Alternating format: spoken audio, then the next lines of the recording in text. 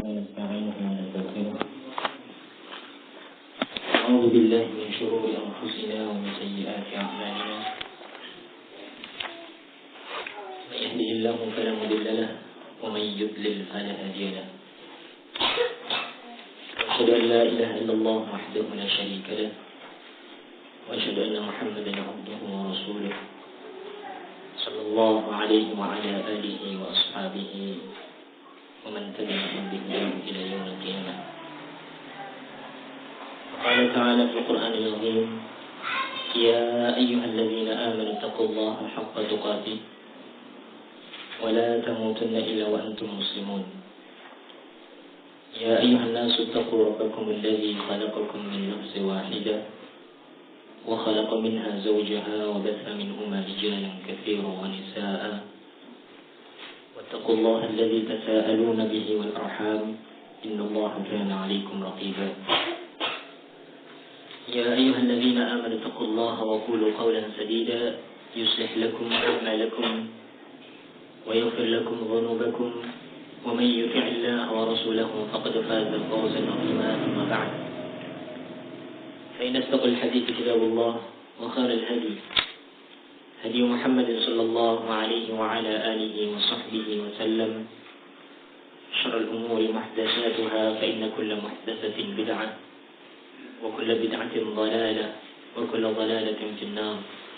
أعاذنا الله وإياكم من النار. Ikhwani fi din, a'azani wa a'azakumullah, para jamaah yang semoga kita semua dimuliakan oleh Allah Subhanahu wa taala. Alhamdulillah, pada sore hari ini kita bisa berkumpul dalam rangka untuk menjalankan kewajiban kita sebagai seorang muslim, yaitu untuk talabul ilm. Dan alhamdulillah kita masih diberikan kesehatan untuk bisa melakukan kewajiban kita untuk berpuasa di bulan Ramadan ini, dan kita bisa kembali melanjutkan kajian rutin kita yang sedianya itu dilaksanakan Rabu malam Kamis. Akan tetapi karena di sini untuk malamnya kita gunakan untuk tarawih, maka kita alihkan waktunya itu pada sebelum maghrib ini. Dan alhamdulillah kita lanjutkan kembali kajian kita dari membaca kitab Syarah Qawaidul Arba' yang ditulis oleh Syekh Muhammad Syekh Shalih Ibn Fauzan Ibn Abdullah Ibn Fauzan hafizahullah ta'ala. Kita lanjutkan masih penjelasan dari muqaddimah yang disebutkan dari muallif Syekh Muhammad bin Abdul Wahhab rahimahullah ta'ala, yang mana kita telah jelaskan pada pertemuan yang terdahulu tentang syukur, kemudian sabar, dan sekarang muallif kemudian menyatakan wa idza aznaba istaghfara. Yang sebelumnya muallif memohon kepada Allah Subhanahu wa taala yang maha mulia, Rabbnya Arsy yang agung, agar supaya kita ditolong, orang-orang yang membaca kitabnya beliau ditolong oleh Allah Subhanahu wa taala di dunia dan di akhirat. Ini doanya muallif, as'alullah al-karim rabbal 'arsyil 'azim ay yatawallaka fid dunya wal akhirah wa ay yaj'alaka mubarakan aina ma kunta. Dan semoga Allah Subhanahu wa taala menjadikan engkau diberkati di mana saja engkau berada. Wa ay yaj'alaka mimman idza u'tiya syakara. Dan semoga Allah menjadikan engkau termasuk orang-orang yang ketika diberi bersyukur. Wa idza tuliya sabara, dan orang-orang yang ketika diuji bersabar. Kemudian selanjutnya Malik juga masih mendoakan wa idza aznaba istaghfara, dan semoga Allah menjadikan engkau termasuk orang-orang yang ketika melakukan perbuatan dosa beristighfar kepada Allah, meminta ampun kepada Allah Subhanahu wa taala. Kemudian Syekh Muhammad Syekh Shalih bin Fauzan bin Abdullah Al-Fauzan hafizahullah taala, beliau menyatakan di dalam syarahnya, amma alladhi idza aznaba la yastaghfiru wa yastazidu min adh-dhunubi fa hadha shaqiyyun. Silakan buka halaman yang ke-11 ya. Adapun orang-orang yang ketika diuji, ketika melakukan perbuatan dosa, la yastaghfiru, dia tidak beristighfar, tidak meminta ampun. Bahkan dia kemudian menambah perbuatan dosanya, fahada syaqiyun, maka ini termasuk tanda-tanda syaqi, yaitu kesengsaraan. Wal'iyadu billah, kita berlindung pada Allah Subhanahu wa taala dari kesengsaraan tersebut. Lakin al-'abd al-mu'min kullama sadara minhu dhanbun badara bit-taubah. Akan tetapi seorang hamba yang beriman, setiap kali dia melakukan perbuatan dosa, setiap kali muncul dosa darinya, badiran bit-taubati, maka dia bersegera untuk melakukan taubat. Sebagaimana Allah Subhanahu wa taala sebutkan dalam Al-Qur'an surat Ali Imran ayat yang ke 135, yang sebelumnya Allah Subhanahu wa taala menjelaskan tentang ciri-ciri orang yang bertakwa. Di ayat yang ke 133 Allah berfirman, "Wasari'u ila maghfiratin min rabbikum wa jannatin 'arduha as-samawati wal ardu u'iddat lil muttaqin." Dan bersegeralah kalian menuju maghfirah, yaitu ampunan dari Rabb kalian, Allah Subhanahu wa taala. Wa jannatin 'arduha as-samawati wal ard, dan bersegeralah menuju jannah, surga yang luasnya seluas langit dan bumi. U'iddat lil muttaqin, yang disediakan untuk orang-orang bertakwa. Selanjutnya Allah menyebutkan sifat-sifat orang yang bertakwa. Ciri-ciri orang yang bertakwa, Allah menyatakan alladzina yunfiquna fis sarra'i wad dharra'i wal kadhimina al ghaidh. Orang yang bertakwa itu adalah orang-orang yang menginfakkan harta mereka dalam keadaan sarra, dalam keadaan senang, ataukah dalam keadaan dharra, dalam keadaan susah. Ini ciri-ciri orang bertakwa, berinfak dalam keadaan senang maupun dalam keadaan susah, dalam keadaan tidak senang. Wal kadhimina al ghaidh, dan mereka orang yang bertakwa itu adalah orang-orang yang bisa menahan amarahnya. Wal 'afina 'anil nas, dan orang-orang yang memaafkan manusia. Wallahu yuhibbul muslimin, maka Allah mencintai orang-orang yang berbuat baik. Selanjutnya Allah menyatakan di ayat yang selanjutnya, yaitu ayat yang kita baca di sini, sebagai muallif, "Walladzina idza fa'alu fahishatan aw zalamu anfusahum." Orang yang bertakwa itu adalah orang-orang yang ketika mereka melakukan perbuatan fahisyah, yaitu perbuatan keji, aw zalamu anfusahum, ataukah mereka melakukan kezaliman pada diri mereka sendiri, melakukan perbuatan zalim. Zakarullaha, mereka mengingat Allah, fastaghfiru lidunubihim, maka kemudian mereka beristighfar, meminta ampun kepada Allah Subhanahu wa taala dari dosa-dosanya mereka. Wa may yaghfiru dzunuba illallah, dan siapa yang bisa mengampuni dosa-dosa selain daripada Allah. Ini surat Al-Imran ayat yang ke-135. Maka di sini di antara ciri orang yang sa'adah, ciri orang-orang yang bahagia itu adalah orang-orang yang ketika mereka melakukan perbuatan dosa beristighfar kepada Allah Subhanahu wa taala. Beristighfar, sebelum kita lanjutkan kepada pembahasan selanjutnya. Istighfar, perlu kita ketahui bahwa istighfar tersebut adalah perkara yang Allah Subhanahu wa taala perintahkan. Banyak beristighfar, meminta ampun kepada Allah Subhanahu wa taala. Ini adalah perkara yang Allah dan Rasulnya perintahkan kepada kita. Di antaranya firman di sini. Allah memerintahkan di sini, ya, fastaghfiru lidunubihim. Demikian pula Rasulullah sallallahu alaihi wasallam dalam hadis yang sahih riwayat Imam Muslim rahimahullahu taala, beliau menyatakan, ya ayuhan nas tubu ila Allah wastaghfiru. Wahai manusia, bertaubatlah kalian kepada Allah dan beristighfarlah. Fa inni atubu fil yaumi mi'ata marrah. Maka sesungguhnya aku bertaubat, yaitu beristighfar dan bertaubat kepada Allah setiap harinya itu minimalnya 100 kali.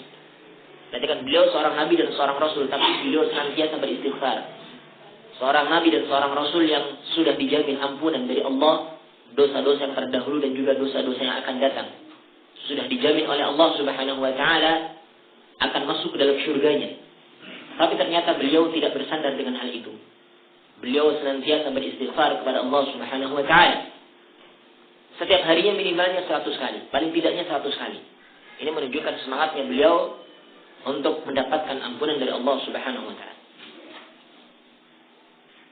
pula istighfar dan juga taubat. Ini tentunya salah satu syarat diampuninya dosa.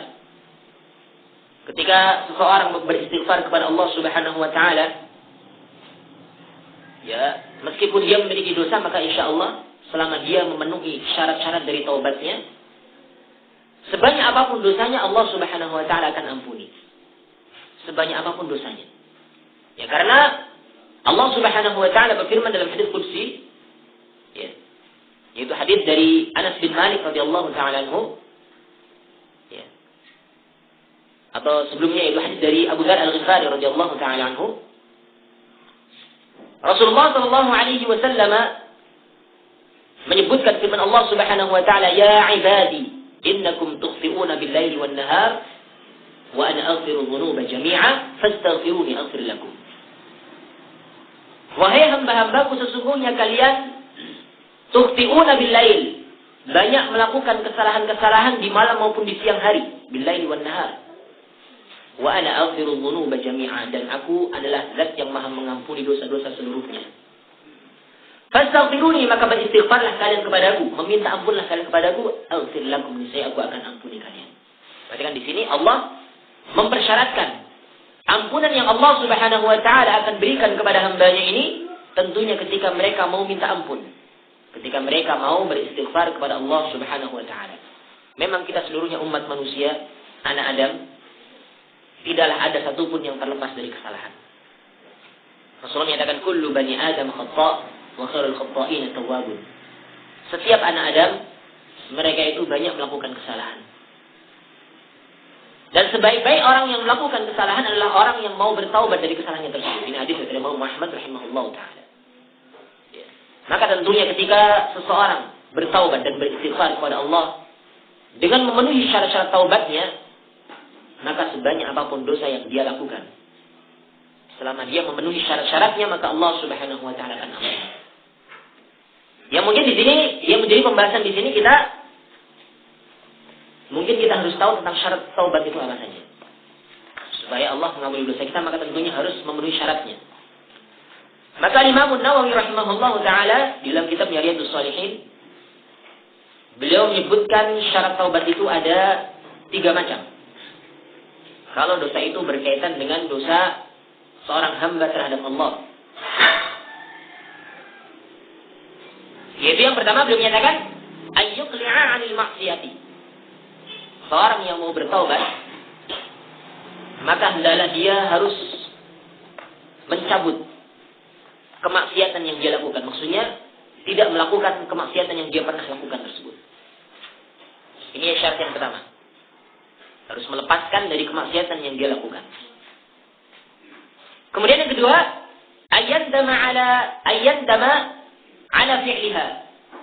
Yaitu dia menyesal dari perbuatan dosa yang pernah dia lakukan tersebut. Ini syarat yang kedua, harus menyesal. Yang namanya menyesal itu, ini berarti tentunya tidak perlu untuk dicerita-ceritakan lagi. Saya dulu pernah berbuat dosa ini, dosa itu, tentunya demikian. Karena menyesal ya. Kalau masih membangga-banggakan, maka tentunya bukan menyesal, tapi bangga. Tapi menyesal, orang itu sangat menyesal. Tidak diceritakan dalam rangka untuk berbangga-banggaan. Kalau diceritakan dalam rangka untuk mengambil imbal supaya kamu jangan mengikuti seperti saya, ini nggak masalah. Jadi kalau untuk diceritakan untuk berbangga-banggaan, ini lihat saya dulunya demikian dan demikian, ini tidak boleh. Ini namanya bukan menyesal. Orang yang bertaubat harus menyesali perbuatan dosa tersebut. Kalau bisa, orang lain tidak boleh tahu perbuatan dosa yang pernah kita lakukan. Kemudian yang ketiga, ayyazima alla ya'uda ilaiha abadan. Hendaklah seseorang yang bertaubat itu harus berazam bertekad untuk tidak akan mengulangi lagi perbuatan dosanya itu untuk selama-lamanya. Ini 3 syarat taubat kalau dosa itu berkaitan dengan dosa seorang hamba terhadap Al-Khaliq, makhluk terhadap Al-Khaliq, Allah Subhanahu wa taala. Maka 3 syarat terpenuhi, maka insyaallah sebanyak apapun dosa yang dilakukan, Allah Subhanahu wa taala akan mengampuninya. Kemudian bagaimana kalau dosa itu berkaitan dengan hamba, manusia dengan manusia? Maka Imam Nawawi rahimahullah ta'ala menyebutkan satu syarat lagi. Beliau menyatakan ayyabra'a an sahibiha. Hendaklah orang yang mau bertobat tersebut, ketika dosanya itu berkaitan dengan manusia, hendaklah dia membebaskan dari hak-hak saudaranya. Kalau itu berkaitan dengan masalah harta, ya mungkin itu hutang piutang, harus dibayar, ditunaikan. Berkaitan dengan perbuatan mengambil barangnya orang yang dikembalikan. Kalau memang itu masih memungkinkan. Tapi kalau tidak memungkinkan bagaimana? Maka para ulama rahimahumullah ta'ala jami'an, mereka menjelaskan. Ya, kalau itu berkaitan dengan harta, orangnya sudah tidak ada. Misalkan kita pernah pinjam uang sama seseorang, ternyata orang itu tidak tahu kemana pindahnya. Maka kita sedekahkan hartanya itu dengan niatan untuk si fulan pahalanya. Orang yang pernah dilakukan perbuatan zalim. Ataukah kita pernah mengambil barangnya orang, tidak tahu siapa pemiliknya. Ya namanya mencuri ya. Mencuri di masjid biasanya, ngambil sandalnya orang. Ya, apalagi kalau tarawih biasanya kan sering di tempat-tempat umum. Ya, untuk menukar sandal saja. Ini kan perbuatan dosa. Maka dia nafkahkan, dia infakkan uang sejumlah seperkiraan seharga sandal itu, dengan niatan untuk orang yang pernah saya curi sandalnya. Ya, ini demikian. Ini kalau haknya manusia dengan manusia harus dibebaskan dulu. Kalau bisa dikembalikan kepada orangnya, kembalikan. Kalau tidak mungkin, maka kita sedekahkan dengan atas nama orang tersebut. Orang yang kalau kita tahu namanya, sebutkan namanya. Tapi kalau tidak, ya cukup untuk orang yang pernah dilakukan perbuatan zalim. Ini syarat taubat. Kalau 4 syarat ini terpenuhi, dosa sebanyak apapun, maka Allah Subhanahu wa taala pasti akan mengampuninya. Berdasarkan hadis dari Anas bin Malik radhiyallahu taala anhu, itu hadis qudsi, yang mana Allah Subhanahu wa taala berfirman, ya ibn Adam, law balaghat dhunubuka 'anana as-sama' thumma astaghfartani ghafartu lak. Wahai anak Adam, jikalau seandainya dosa-dosamu sampai menyentuh puncaknya langit, kemudian engkau beristighfar kepadaku, meminta ampun kepadaku, tentunya dengan memenuhi syarat-syaratnya tadi ya. Syarat-syarat taubat dan syarat-syarat istighfar tadi dipenuhi. Ya. Maka Allah menyatakan, "Ghafartu laka," aku akan ampuni engkau. Selanjutnya Allah menyatakan, "Ya ibn Adam, law ataitani bi turabil ardi khataya, thumma laqitani la tusyriku bi syai'a la ataituka bi qurabiha maghfiratan." Wahai anak Adam, jikalau seandainya engkau datang kepadaku dengan membawa dosa sepenuh bumi, ya, dosa yang sangat banyak, dosa sepenuh bumi, ya, tapi engkau tidak menyekutukan aku dengan sesuatu apapun, la ataituka bi qurabiha maghfiratan, niscaya aku akan datangkan ampunan dengan sepenuh bumi itu juga. Jadi cerita Imam Tirmidzi rahimahullah taala. Ini tentunya ketika seseorang memenuhi syarat-syarat taubatnya, syarat-syarat istighfarnya, ya, maka sebanyak apapun dosanya Allah Subhanahu wa taala akan ampuni. Ya, maka tentunya kewajiban bagi kita setiap kali kita melakukan perbuatan dosa, karena di antara kita tidak ada yang terselamatkan dari dosa, baik itu kecil maupun besar, pasti pernah melakukannya. Ini kita akui. Ya, kita akui semua manusia yang namanya manusia ini tetap masih melakukan perbuatan salah, perbuatan dosa. Ya, oleh karena itu tentunya kita harus mawas diri, harus introspeksi diri. Ya. Dan ini termasuk di antara doanya mu'allif rahimahullah ta'ala Syekh Muhammad Abdul Wahhab. Ketika kita membaca risalahnya beliau mendoakan, semoga Allah menjadikan kita termasuk orang-orang yang ketika melakukan perbuatan dosa kita beristighfar kepada Allah, meminta ampun kepada Allah Subhanahu wa taala. Jadi di antara sifat-sifat orang yang bertakwa adalah orang-orang yang ketika mereka melakukan perbuatan fahisyah, perbuatan keji, perbuatan dosa, aw zalamu anfusahum, ataukah mereka berbuat zalim atas diri mereka sendiri, zakarullah, mereka ingat Allah, fastaghfiru lidzunubihim, kemudian mereka beristighfar, meminta ampun dengan dosa-dosanya mereka. Nah, demikian. Kemudian ayat yang lain Allah Subhanahu wa taala berfirman, silakan lihat kitabnya, selanjutnya. Innamat taubatu 'ala Allahi lil ladzina ya'maluna as-su'a bi jahalatin thumma yatubuna min qarib. Tidak lain, taubat kepada Allah adalah bagi orang-orang yang ya'maluna as-su', orang-orang yang melakukan perbuatan jelek. Bi jahalatin, dengan jahalah, dengan kebodohannya. Thumma yatubuna min qarib, kemudian dia bersegera untuk bertaubat. Dia bertaubat dalam waktu yang dekat, maksudnya bersegera untuk melakukan taubat. Surat An-Nisa ayat yang ke-17. Kemudian Syekh Shalih Ibn Fauzan Ibn Abdullah Al-Fauzan hafizahullah ta'ala mengatakan, wal jahalatu laisa ma'naha 'adamul ilmi.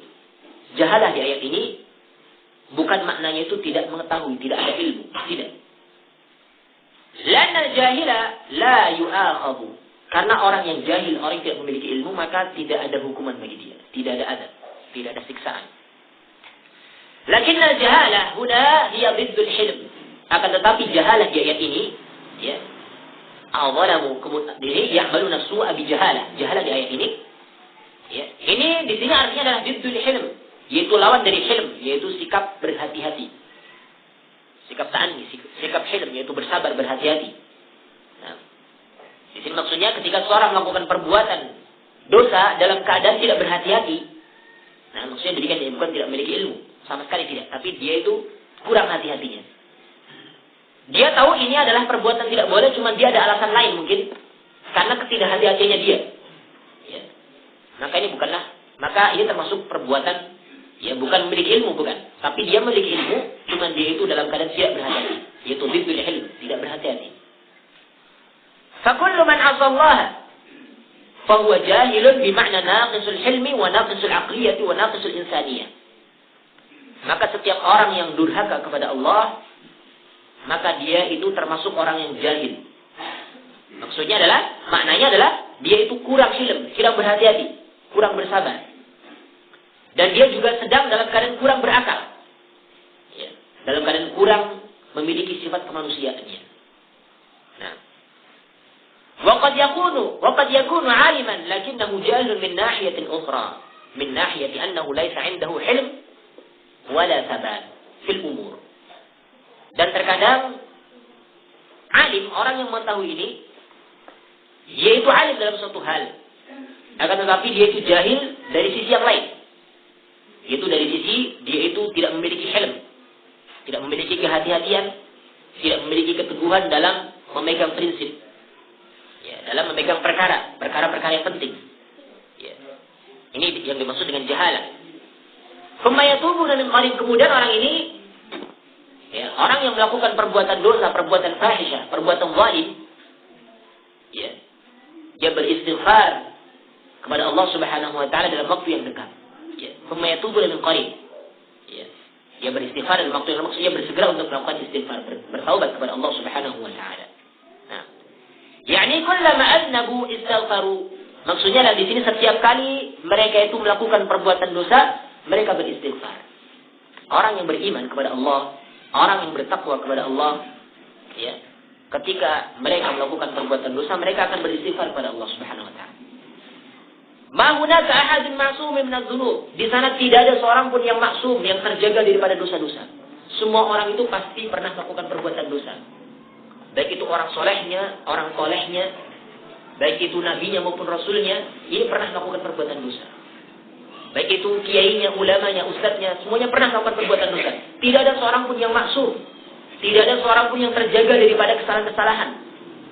Tidak ada seorang pun yang tidak pernah melakukan dosa. Tapi semuanya pernah melakukan dosa. Pasti. Ya, jangankan kita umat manusia biasa, umatnya Rasul. Sementara Rasul sendiri, meskipun beliau dikatakan sebagai seorang yang maksum, orang yang terjaga daripada kesalahan, bukan berarti tidak pernah melakukan dosa sama sekali, tidak. Yang dimaksud maksum adalah setiap kali beliau melakukan perbuatan dosa, Allah jaga. Dengan cara Allah menegur dengan diturunkannya ayat. Untuk menegur beliau atas perbuatan dosa yang pernah beliau lakukan. Dan juga contoh dari Al-Quran. Ya. Teguran Allah Subhanahu wa taala kepada Nabi kita Muhammad SAW yang menunjukkan bahwasanya beliau maksum. Maksudnya terjaga. Maksudnya adalah setiap kali beliau melakukan kesalahan, Allah langsung tegur. Ini yang dimaksud maksud bagi Rasulullah SAW. Sebagai contoh, yaitu ketika dahulu Rasulullah SAW sedang menghadapi para pembesar Quraisy yang diharapkan mereka itu mau masuk Islam. Dengan masuk Islamnya mereka, maka kaumnya akan mengikuti. Ini harapan Rasulullah. Ya. Ketika Rasulullah sedang menghadapi berdakwah dengan para pembesar Quraisy, tiba-tiba datang seorang yang buta yang bernama Abdullah bin Ummi Maktum, seorang muadzinnya Rasulullah SAW. Ya, salah seorang muadzinnya Rasul sallallahu alaihi wasallam yang buta. Maka ketika beliau Abdullah bin Maktum radhiyallahu taala anhu datang kepada Rasul dalam keadaan Rasul sedang menghadapi para pembesar Quraisy, maka Rasul merasa tidak senang. Merasa tidak senang dengan datangnya beliau. Maka beliau pun bermuka masam dan berpaling dari Abdullah bin Maktum ketika datang. Ya, karena akan menurunkan martabatnya tentunya. Kalau pikiran kita akan menurunkan martabatnya. masa lagi menghadapi orang-orang kaya, orang-orang pembesar, para pimpinan, para raja-raja, para pimpinan suku, ketua suku. Ternyata datang orang buta miskin lagi, Abdullah bin Maktum. Maka Rasul pun berpaling. Ini kesalahan Rasul Shallallahu Alaihi Wasallam yang Allah langsung tegur ketika itu. Maka Allah Subhanahu Wa Taala berfirman, "Abasa wa tawalla," bermuka masam dan berpaling. Berarti kan siapa? Yaitu Rasul. Itu teguran untuk Rasulullah Sallallahu Alaihi Wasallam ketika beliau melakukan salah satu perbuatan kesalahan, yaitu ketika membeda-bedakan orang yang didakwai. Membeda-bedakan mad'u. Ini tentunya teguran juga bagi para muballigh. Ketika para muballigh membeda-bedakan, ketika diundang orang kaya datang, ketika orang miskin yang undang kemudian tidak datang, ketika amplopnya tebal datang, ketika tidak kemudian tidak datang, ini tentunya teguran. Tidak boleh membeda-bedakan di antara mad'u. Siapa yang membutuhkan dakwah maka sampaikan kepada mereka, jangan dibeda-bedakan. Teguran kepada mereka. Ya. Abasa wa tawalla, bermuka masam dan berpaling. Kenapa demikian? Anja'ul a'ma, itu ketika datang seorang yang buta. Yaitu siapa? Abdullah bin Maktum. Ini teguran dari Allah kepada Rasul kita, Nabi kita Muhammad sallallahu alaihi wasallam. Ya. Abasa wa tawalla anja'ul a'ma, wa ma yudrika la'allahu yazzakka. Tahukah kamu barangkali orang yang datang itu ingin membersihkan dirinya. Ya. Itu Abdullah bin Maktum ingin membersihkan dirinya. Au yadzakaru fatanfa'u dzikra, ataukah dia ingin meminta peringatan sehingga dengan peringatan tersebut bermanfaat bagi dia. Amma man istaghna, adapun orang-orang yang merasa dirinya serba cukup. Sudah kaya, ya, sudah jadi pembesar, merasa dirinya sudah cukup. Ya, itu para pembesar Quraisy maksudnya di sini, fa anta lahu tasadda, maka engkau memperhatikannya. Ini teguran pada Rasulullah sallallahu alaihi wasallam semuanya di sini. Ayat 1 sampai 10. Nah, wa ma 'alaika alla yazzaka, padahal tidak ada dosa bagi engkau, tidak ada teguran bagi engkau, tidak ada celaan bagi engkau ketika mereka tidak membersihkan dirinya. Wa amma man ja'aka yas'a, adapun orang yang datang kepada engkau dalam keadaan dia itu ingin bersegera mendapatkan kebaikan, mendapatkan manfaat, wa huwa yakhsha, dalam keadaan dia takut kepada Allah Subhanahu wa taala, fa anta 'anhu talaha, maka engkau itu tidak memperdulikannya. Engkau itu mengabaikannya. Ini tentunya teguran kepada siapa? Nabi kita Muhammad sallallahu alaihi wasallam. Maka di sini Rasul saja masih melakukan kesalahan. Tapi tentunya ayat ini menunjukkan bahwasanya Rasul maksum. Maksudnya adalah setiap kali beliau melakukan kesalahan, Allah langsung tegur dengan turunkannya ayat. Oleh karena itu agama Islam adalah agama yang sempurna. Karena Nabi-Nya sendiri dijaga dari kesalahan. Setiap kali beliau melakukan kesalahan, Allah langsung menegur dengan diturunkannya ayat. Ini salah satu contoh dari Al-Quran yang mana Allah menegur Nabi kita Muhammad SAW ketika melakukan kesalahan. Contoh di ayat yang lain, yaitu ketika Rasulullah SAW pernah suatu hari meminum madu di salah seorang istrinya. Ya, itu yang bernama Hafsah kalau nggak salah. Ya, kemudian istri salah satunya bernama Aisyah tidak setuju, maksudnya tidak senang dengan perbuatan beliau minum madu di salah seorang saingannya. Ya. Ini tentunya bagi orang yang punya istri lebih dari satu, inilah tentunya memiliki beban demikian. Kalau salah satunya tidak ridha, jangan sampai dia kemudian membuat sesuatu yang diharamkan untuk membuat keridhaan salah seorang istrinya. Maka kemudian Rasul bersumpah bahwasanya dia tidak akan minum madu lagi di salah satu rumah istrinya. Yang disebutkan dalam ayat ini. Ya. Maka Allah pun langsung menegurnya. Sumpahnya beliau langsung Allah tegur. Karena madu itu adalah perkara yang halal, sesuatu yang bagus bahkan, sesuatu yang memiliki manfaat. Ya. Yang Allah sebutkan dalam Al-Quran secara langsung tentang keutamaan madu. Tapi ternyata beliau mengharamkan untuk dirinya sendiri. Dalam rangka apa? Mencari keridhaan salah seorang istri. Ya, maka Allah Subhanahu wa taala menegur dengan diturunkannya ayat di surat At-Tahrim ayat yang pertama. Allah menyatakan, ya ayuhan nabi, lima tuharrimu ma ahallallahu laka tabtaghi mardata azwajik wallahu ghafurur rahim. Wahai nabi, mengapa engkau mengharamkan sesuatu yang Allah halalkan, yaitu madu? Karena beliau telah bersumpah tidak akan minum madu lagi.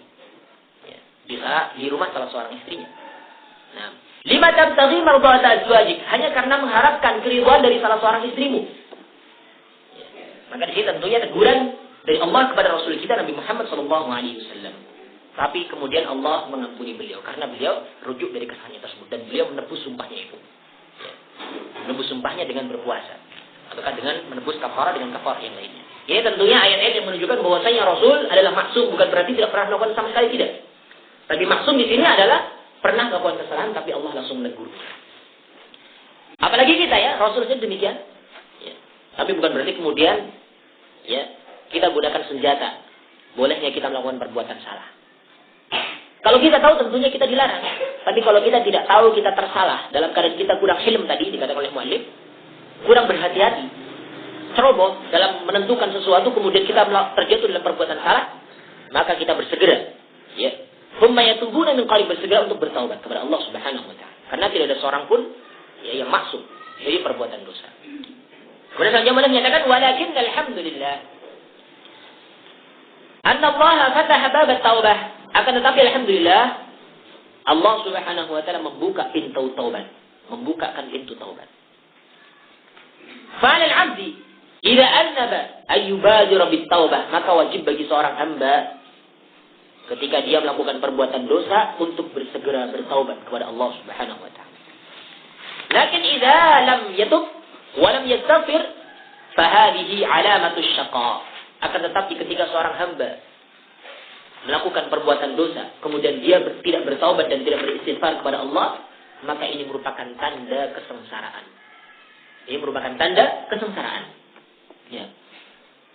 Wa qad yaqnatu min rahmatillahi wa yatihi syaitan wa yaqulu lahu laisa laka taubah. Dan terkadang juga orang yang tidak mau bertobat ini dia telah berputus asa dari rahmat Allah.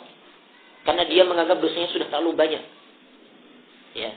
Dia berputus asa dari rahmat Allah Subhanahu wa taala. Wa yatihi syaitan, kemudian syaitan datang kepadanya, wa yaqulu lahu, kemudian syaitan mengatakan kepada dia, laisa laka taubah. Tidak ada taubat lagi bagi engkau. Ini godaan syaitan tentunya demikian. Ya, maka di sini ya tentunya kita berharap kepada Allah Subhanahu wa taala, semoga kita juga sebagaimana yang didoakan oleh muallif di sini, yaitu ketika kita melakukan perbuatan dosa, kita ingat kepada Allah, kemudian kita beristighfar kepada Allah dan bertaubat kepada Allah dari perbuatan dosa yang pernah kita lakukan. Nah. Kemudian muallif menyatakan hadhil umur tsalath. Hadhil umur tsalath. Idza 'ufiya syakara wa idza ibtuliya sabara wa idza aznaba istaghfara hiya anwan sa'adah. Maka tiga perkara ini, ya. Perkara yang tiga ini maksudnya yaitu ketika diberikan bersyukur, ketika diuji bersabar, ketika melakukan perbuatan dosa beristighfar, ini adalah tanda-tanda kebahagiaan. Anwan sa'adah. Man wufiqa laha nala sa'adah. Barang siapa yang diberikan taufik untuk melakukan tiga perkara tadi, yaitu ketika diberi bersyukur, ketika diuji bersabar, ketika berdosa beristighfar, maka dia akan mendapatkan kebahagiaan. Wa man harima minha aw min ba'daha fa innahu syaqiyun. Barang siapa yang diharamkan dari tiga perbuatan tadi, atau diharamkan dari sebagiannya, maka dia itu adalah orang-orang yang sengsara. Nah, ini penjelasan dari Syekh Shalih bin Fauzan Ibn Abdullah Al-Fauzan hafizahullah taala dari perkataan muallif, idza adnaba istaghfara. Nah. Ya. Kemudian selanjutnya kita lanjutkan ke perkataan dari Syekh Muhammad bin Abdul Wahhab dalam Fawaid al-Arba'iyah.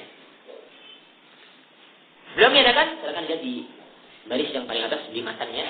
Jadi kalau di atas garis itu matan, di bawah garis itu syarahnya ya. Itu di poin yang kedua. Syekh Muhammad bin Abdul Wahhab rahimahullah taala menyatakan, "I'lam arsyadakallahu li ta'ati. Anna al-hanifiyyah millata Ibrahim an ta'budallaha mukhlishan lahu ad-din. Kama qala ta'ala wa ma khalaqtul jinna wal insa illa liya'buduni." Ketahuilah, semoga Allah Subhanahu wa taala memberikan petunjuk kepada engkau untuk mentaatinya. Ini doa lagi dari muallif. Di sini menunjukkan bahwasannya Syekh Muhammad bin Abdul Wahhab rahimahullah taala betul-betul perhatian terhadap orang yang membaca risalah beliau, yaitu beliau selalu mendoakannya. Ketahuilah semoga Allah memberikan petunjuk kepada engkau untuk selalu mentaatinya. Annal hanifiyah, bahwasanya hanifiyah yaitu millat Ibrahim, yaitu agama Ibrahim, ini adalah an ta'budallaha mukhlishina lahud-din. Engkau beribadah kepada Allah mukhlishina lahud-din, dengan mengikhlaskan agama hanya untuknya. Kama qala ta'ala, sebagaimana Allah Subhanahu wa taala berfirman, "Wa ma khalaqtul jinna wal insa illa liya'budun." Dan tidaklah aku ciptakan jin dan manusia kecuali agar supaya mereka itu beribadah, menyembah kepadaku. Ini surat Az-Zariyat ayat yang ke-56.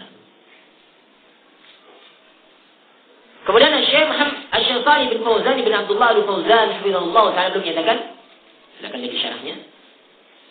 I'lam arsyadakallah, ketahuilah semoga Allah memberikan petunjuk kepada engkau. Hada du'aun min Syekh rahimahullah taala. Ini adalah salah satu doa dari Syekh rahimahullah taala, itu Syekh Muhammad bin Abdul Wahhab rahimahullah taala. Wa hakadha yanbaghi lil muallimi ay yad'u lil muta'allimi. Dan demikianlah sepantasnya, demikianlah seyogianya bagi seorang muallim, seorang pengajar, hendaklah dia itu mendoakan kepada orang-orang yang diajarinya. Oleh karena itu, banyak di antara ustaz-ustaz kita ataukah masyayikh kita, ketika mereka menyampaikan muhadarahnya mereka menyatakan, ya, ikhwani fid din rahimani wa rahimakumullah. Saudaraku seagama, semoga Allah merahmati dan merahmati kalian. Ini doa. Ya. Atau azakumullah, semoga Allah memuliakan kalian. Ini doa. Maka inilah pantasnya adab seorang muallim kepada muta'allimnya, hendaklah mendoakan, selalu mendoakan. Atau di antara mereka juga menyatakan, ikhwani fiddin barakallahu fikum, sedikit barakallahu fikum. Ya, ini doa menunjukkan perhatian seorang ustaz ini kepada, ya, hadirin, yaitu semoga Allah memberkati kalian. Ini adab seorang muallim kepada muta'allimnya, hendaklah selalu mendoakan kepada orang yang sedang diajarinya. Nah, di sini di antara doanya muallim rahimahullah taala kepada kita, orang yang membaca risalahnya beliau adalah i'lam arsyadakallahu li ta'ati. Semoga Allah memberikan petunjuk kepada engkau untuk selalu mentaatinya. Doanya beliau. Wa ta'atullahi ma'naha imtithalu awamirihi wa ijtinabu nawahi. Mentaati Allah artinya itu adalah melaksanakan perintah-perintahnya dan menjauhi larangan-larangannya. Ini mentaatinya. I'lam arsyadakallahu li ta'ati. Maksudnya semoga Allah berikan petunjuk kepada engkau untuk selalu melaksanakan perintahnya dan menjauhi segala larangan-larangannya. Annal hanifiyah millat Ibrahim, bahwasanya Hanifiyah itu adalah millahnya Ibrahim, itu agamanya Ibrahim. Ya.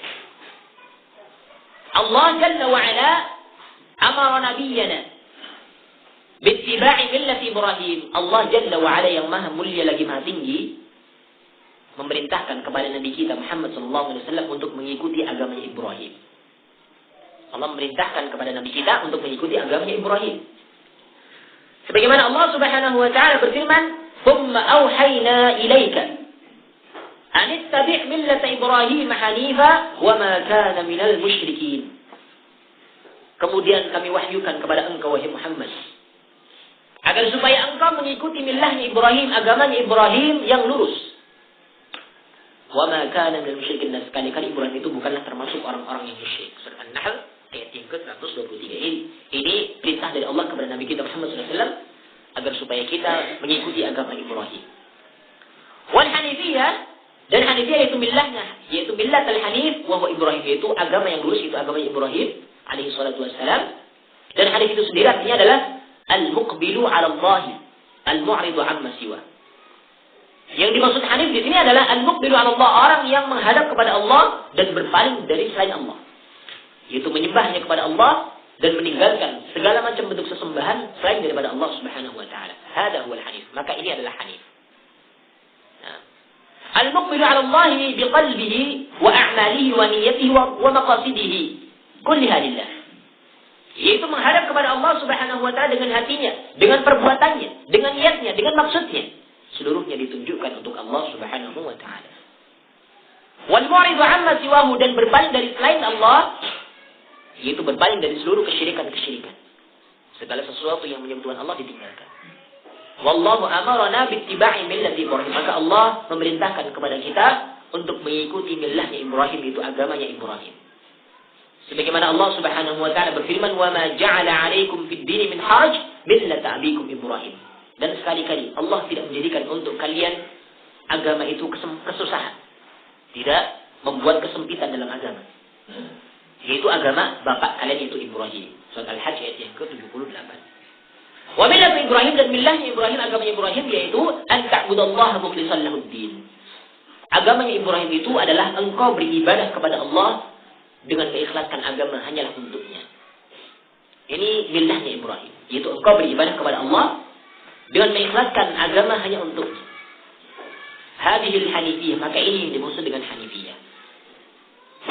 Maka an ta'budallaha faqat. Muallif rahimahullah taala, Syekh Muhammad bin Abdul Wahhab rahimahullah taala tidak mengatakan an ta'budallaha saja, engkau beribadah kepada Allah saja, tidak.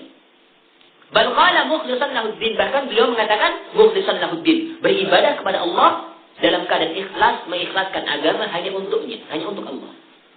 Maksudnya adalah yakni wa tajtanibu syirik, maksudnya adalah dengan menjauhi kesyirikan. selain beribadah kepada Allah juga menjauhi kesyirikan. Lianna al-ibadata idza khalaqahu asyirku batalat. Karena sesungguhnya ibadah, lianna al-ibadata, sesungguhnya ibadah, ketika ada kesyirikan yang mencampurinya, ada kesyirikan yang mencampuri ibadah itu, maka akan batal ibadahnya itu. Fala takunu ibadatan illa idza kanat salimatun min asy-syirki al-akbar wal asghar. Maka ibadah tidak dikatakan sebagai ibadah ketika selamat, illa idza, kecuali ketika dia itu selamat dari kesyirikan baik yang besarnya maupun yang kecilnya. Ini baru dikatakan sebagai ibadah. Ibadah kalau tidak selamat dari kesyirikan baik yang kecil maupun yang besar tidak dikatakan sebagai ibadah. Tapi kalau selamat, maka ini baru dikatakan sebagai ibadah. Kama qala ta'ala, sebagaimana Allah Subhanahu wa taala berfirman, "Wa ma umiru illa liya'budullaha mukhlishina lahud-din." Dan tidaklah mereka diperintahkan kecuali agar supaya mereka itu beribadah kepada Allah dalam keadaan mengikhlaskan agama hanya untuknya, agama yang lurus hanya untuknya. Surat Al-Baqarah ayat yang kelima. Hunafa ini bentuk jamak dari hanif. Wa huwa al-mukhlisu lillahi azza wa jalla, itu mengikhlaskan agama, mengikhlaskan ibadah hanyalah untuk Allah azza wa jalla. Wa hadhihi al-ibadatu amara Allah biha jami'al khalqi. Maka ibadah inilah yang Allah Subhanahu wa taala perintahkan kepada seluruh makhluk. Kama qala ta'ala, sebagaimana Allah Subhanahu wa taala berfirman, "Wa ma khalaqtul jinna wal insa illa liya'budun." Dan tidaklah aku ciptakan jin dan manusia kecuali agar supaya mereka itu beribadah kepadaku. Surat Az-Zariyat ayat 56. Wa ma'na ya'buduni yufriduni bil ibadah, yaitu mengesahkan aku dalam ibadah. Allah menyatakan demikian. Wal hikmatu min khalqil khalq annahum ya'buduna Allah azza wa jalla mukhlishina lahu ad-din. Dan hikmah diciptakannya makhluk, hikmahnya adalah bahwasanya mereka itu agar supaya mereka itu beribadah kepada Allah azza wa jalla dengan mengikhlaskan agamanya hanya untuknya. Minhum man imtathala wa minhum man lam yamtathil. Di antara mereka makhluk itu ada orang yang melaksanakan ibadah, di antara mereka juga ada orang yang tidak melaksanakan ibadah. Lakin al-hikmah min khalqihim hiya hadhihi. Akan tapi hikmah dari diciptakannya mereka itu adalah ini, yaitu untuk melakukan ibadah. Alladhi ya'budu ghaira Allahi mukhalifun lil hikmati min khalqil khalq wa mukhalifun lil amri wasyara'. Dan orang-orang yang beribadah kepada selain Allah, maka mereka itu menyelisih hikmah diciptakan mereka. Diciptakannya makhluk, mereka telah menselisihinya. Dan mereka telah menyelisih perintah Allah dan juga menyelisih syariatnya Allah Subhanahu wa ta'ala. Nah, waktu tinggal sedikit lagi. Tinggal sekitar 5 menit lagi, lanjutkan atau ini? Persiapan atau lanjutkan? Persiapan aja. Tapi di sini dulu kita bahas biar perpasan ini di sini. Insyaallah untuk lanjutan dari syarah Syekh Muhammad bin Shalih bin Fauzan bin Abdullah Al-Fauzan kita lanjutkan pada yang akan datang. Wallahu ta'ala a'lam wa a'lam. Semoga yang sedikit bermanfaat bisa diberikan kepada kaum muslimin seluruhnya. Kurang lebih mohon maaf. Kita coba membaca al-Qur'an majlis. Subhanakallahumma wa bihamdika. Assalamualaikum warahmatullahi wabarakatuh.